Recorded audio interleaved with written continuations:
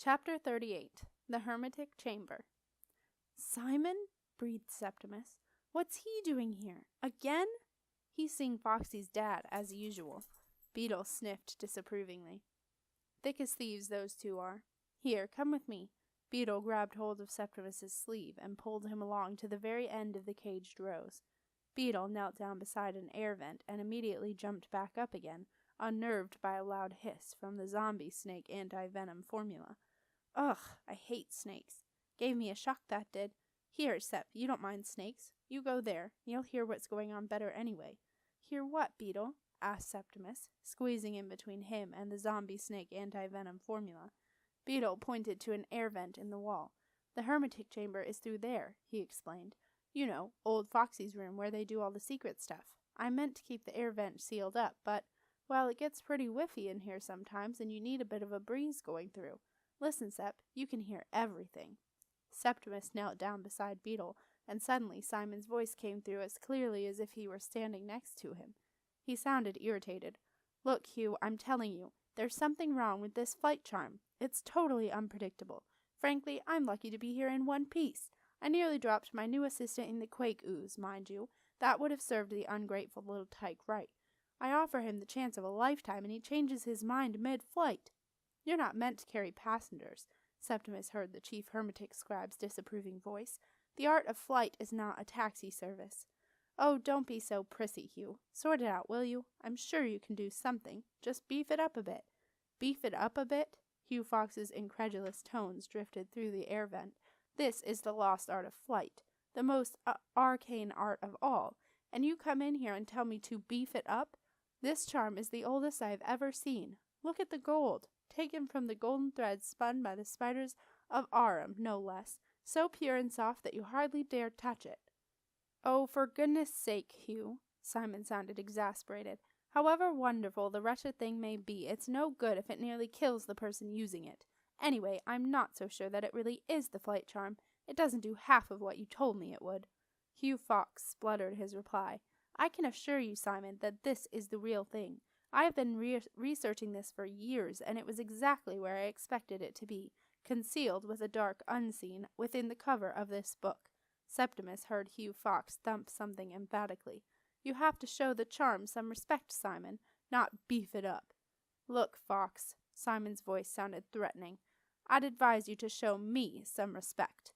This is the big day. Everything's very nearly in place. If all goes well, you'll have a new extraordinary wizard to deal with. A proper one, and even if I do say so myself, a decent apprentice, yours truly no less, not some young army boy who can't tell a cracked spell from an old sock." "I've told you before, Simon," Hugh Fox said dourly, "I don't get involved in politics. If you ask me, we've had enough extraordinary wizard changes. There's nothing wrong with the one we've got. The lad's all right, too." Simon's voice became ice cold. "I wouldn't say any more if I were you, Fox. Don't want to find yourself consumed, do you?" "What?" gasped Hugh Fox, sounding terrified. "You heard.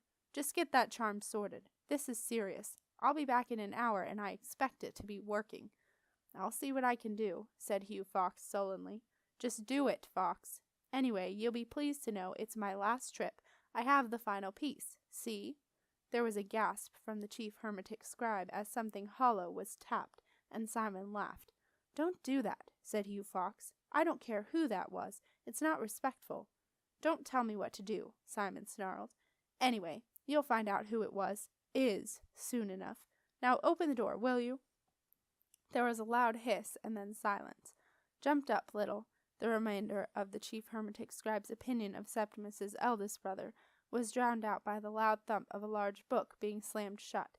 "Did you hear that?" Septimus whispered to Beetle, as they got up and picked their way back between the wild books and charm stacks. "What does he mean, new extraordinary wizard?" "Look, Sep," said Beetle, as they reached the door to the outer office. "Everyone here thinks he's a loony. We've got lots of those. Think they're going to rule the world with a few dark spells." "Maybe he is," said Septimus.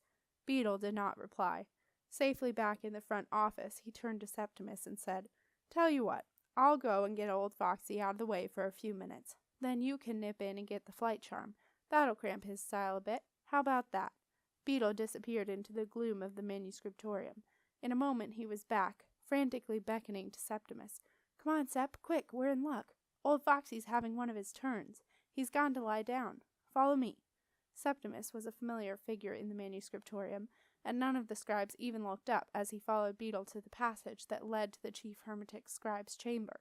The passage was narrow and pitch-black, for it turned back on itself 7 times to avoid any direct line of flight from the chamber. At the end of the passage, Beetle and Septimus found themselves in a small plain white room lit by a single candle.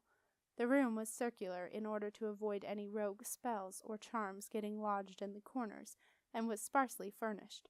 A large round table took up most of the space, and an old-looking glass, taller than Septimus, was propped up against the wall.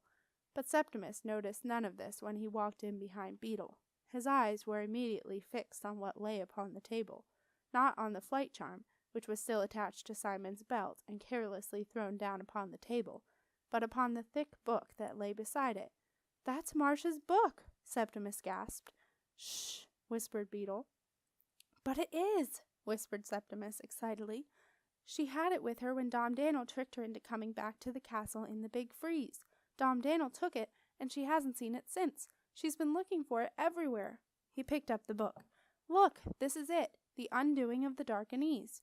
Beetle looked confused. "So how come Foxy's got it?" he asked. "Well, he won't have it for much longer," declared Septimus.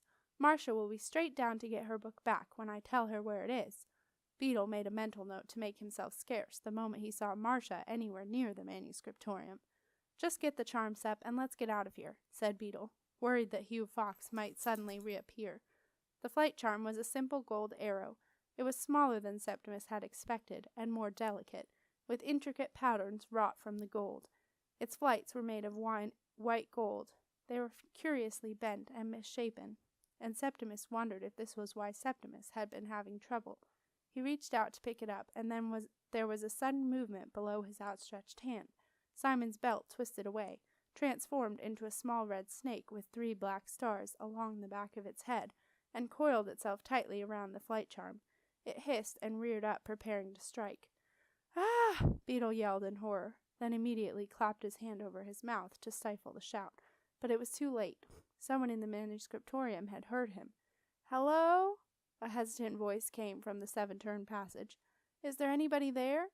"Sep," said Beetle urgently. "Sep, we've got to get out of here. Come on." "Coo-ee!" came the voice again. "It's all right, Partridge," Beetle called out. "The extraordinary's apprentice took a wrong turn. I'm just bringing him out now." "Oh, good. Was a bit worried there, Beetle. Mr. Fox told me to keep an eye on the chamber." "No problem, Partridge. We'll be out in a moment. No need to come in." Beetle called out cheerily, and then in a low voice, "Sep, just get a move on, will you?" Septimus was still eyeing the snake, unwilling to let the flight charm go.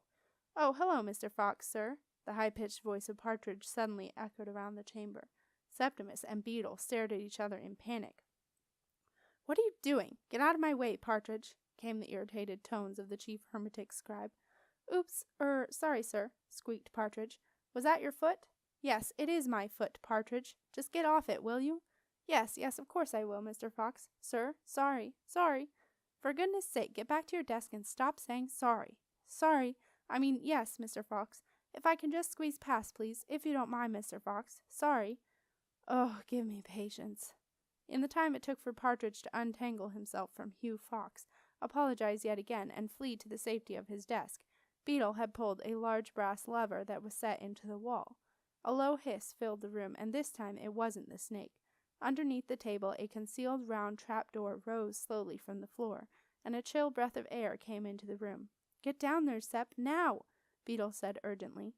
Septimus cast a regretful glance at the snake, which was still tightly coiled around the flight charm, and hissing even more angrily, having mistaken the sound of the trapdoor for a rival snake. But with the tread of Hugh Fox's brisk footsteps coming closer, Septimus picked up Marcia's book and slipped through the trapdoor, closely followed by Beetle.